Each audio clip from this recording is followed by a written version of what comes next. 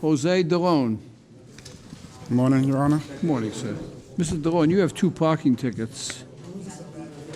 They're both for parking in a prohibited area. What do you want to tell me about them?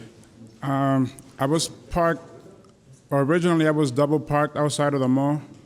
I was picking up my beautiful wife right there. Where is she? Oh, he learned today, Judge. Well, you threw all of that out there. All right. And I was picking her up, so I was nervous about that, you know. And I was double parked at first. The officer came and parked behind me, and he was like blaring on his horn, so I assumed he wanted me to move out of the double park. So I parked like at the sidewalk, and my son had got out his car seat and came to the front seat.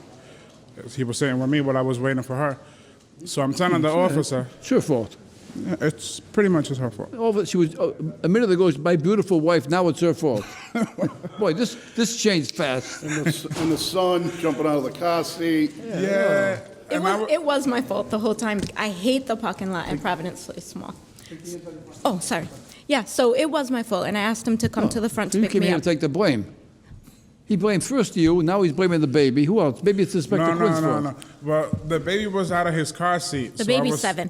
Trying to tell the He's 7. officer, He's not like let him 1. get back into his car seat, and he just started writing the ticket.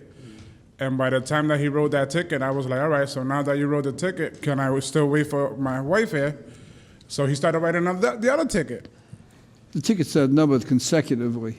They gave him two tickets at the same time. They're both $30 tickets. I could see the officer thinking the motorist pulled over and just delayed or whatever like that, thinking that he was, just buying some time or something. I could see the confusion on the officer's part, but also I could see the motorist, the officer behind him blaring the horn, figuring, let me get out of the travel lane, let me push over. Right. The issue over there, Judge, is just a constant hassle over there. The mall security calls all the time. The officers have to go over there. There are 13 signs posted, no parking, no standing, no idling, nothing, because of the Homeland Security. The train tracks are underneath. That's why we can't allow any of the vehicles that are hanging around up there.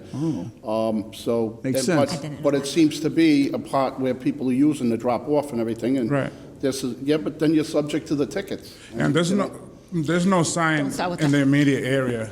Don't start with that. I already told him, don't. Throwing that out Don't. there. There's one there, there's one there.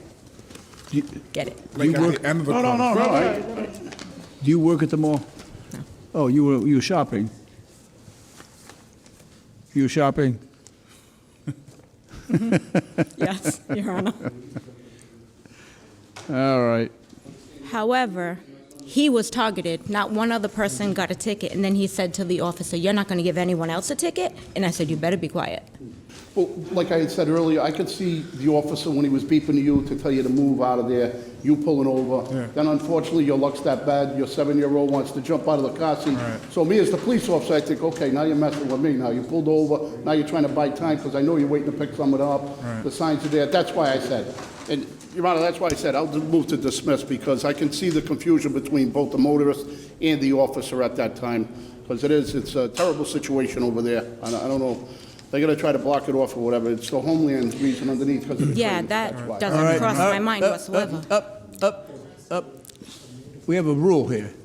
You know what the rule is? Quit while you're ahead. Once you win your case, don't talk anymore. All right? Because you started off by saying we're guilty, right? Now, if you want to keep it up, Inspector Quinn may change his mind. Is there anything else you want to say? Thank you. Good luck. Thank you. Thank you. When this case started, I thought Jose was going to be a candidate for the Ziggy Quinn Smooth Talking Husband Award. I was picking up my beautiful wife. My beautiful wife. Well played, sir. But then I realized that Mr. DeLone had not read the Ziggy Quinn Marriage Survival Handbook or the oh-so-powerful Chapter 6. When is it okay to contradict my spouse in public? The sad but true answer is a single word. Never. There's no sign Don't start with in the immediate area. Don't start with that. I already told him, don't. Throwing that out Don't. there. Ouch. Please, please, please read the book, Jose. Not just because it will make me a little richer. Read it because the wisdom in it will make you a lot richer. Especially Chapter 9, Regaining Your Manhood. Available wherever fine books are sold.